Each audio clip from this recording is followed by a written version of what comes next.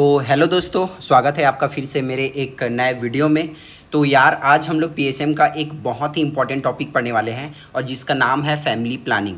इसमें से आपको वाइवा में मैक्सिमम क्वेश्चन आते हैं और फिर आपको शॉर्ट क्वेश्चन भी आ सकते हैं।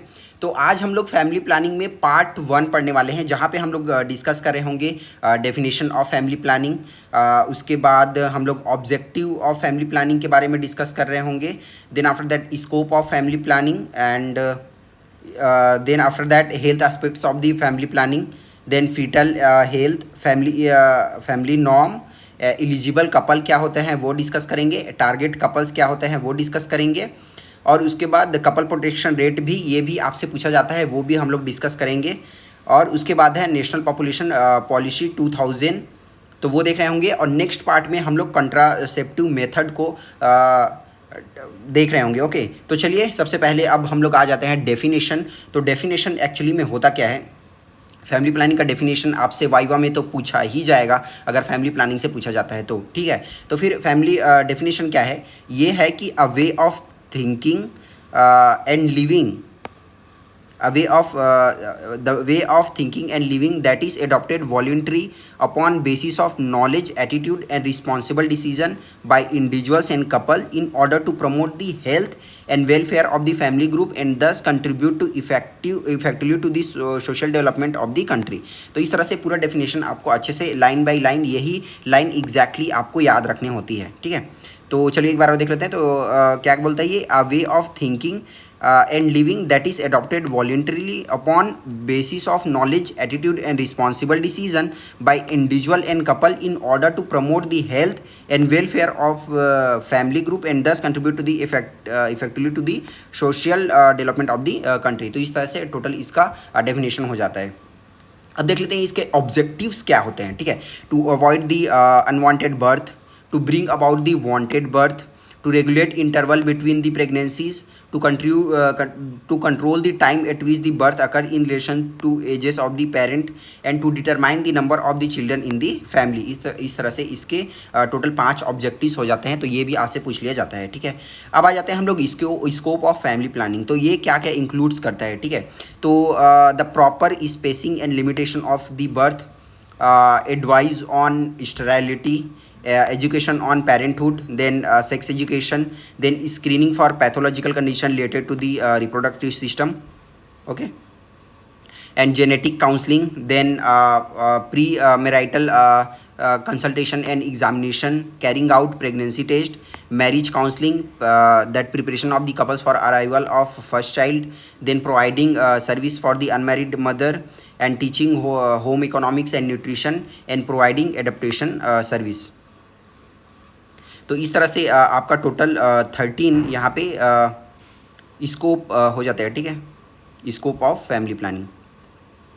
अब देखने वाले हम लोग health aspects of the family planning क्या होता है, ठीक है। तो ये क्या क्या इंक्लूड करता है, हेल्थ एस्पेक्ट्स किसके किसके हेल्थ को इंक्लूड करता है। तो सबसे पहले ये इंक्लूड्स करता है वुमेन हेल्थ, ठीक है, वीमेन हेल्थ। तो इट इंक्लूड्स, अब इसमें क्या क्या इंक्लूड होते हैं, maternal mortality, then morbidity of women of child bearing age, then nutritional status, then preventable complication of the pregnancies and abortion and through avoidance of unwanted pregnancies, limiting the number of the birth, then timing of the birth, then it also includes about the that fetal health, ठीक है।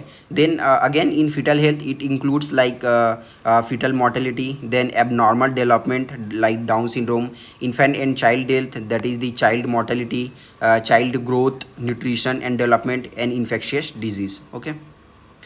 अब देख लेते हैं हम लोग तो small family nouns. तो इसको एक ट्रायंगल से सिंबलाइज किया जाता था, इन्वर्टेड रेड ट्रायंगल से, ठीक है।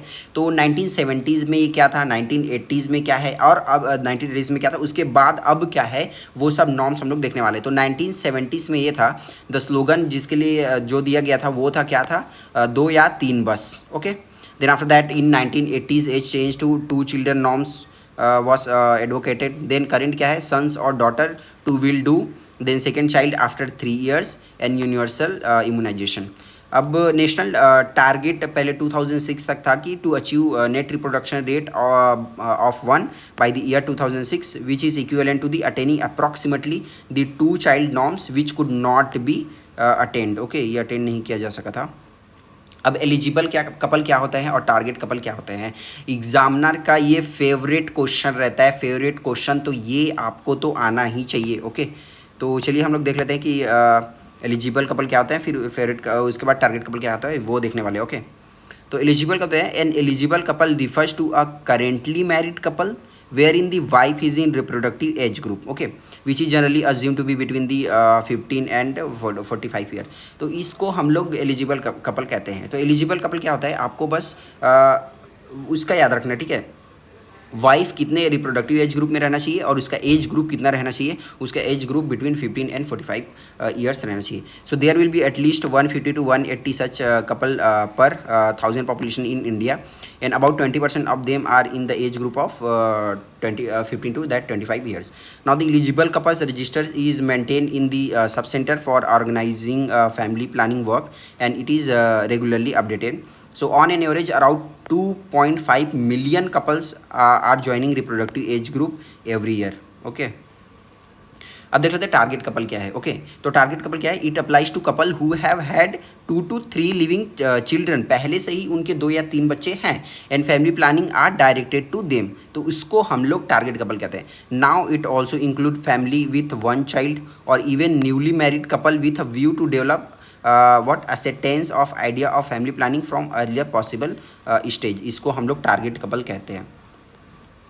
अब देख लेते हैं कपल प्रोटेक्शन रेट। तो ये आपसे पूछा जाता है और कितना हम लोग कपल प्रोटेक्शन रेट अचीव कर लेंगे कि हम लोग का नेट रिप्रोडक्टिव रेट 1 हो जाएगा। ये सवाल भी इम्पॉर्टेंट सवाल है एग्जामिनर का, तो ये आपको आनी चाहिए।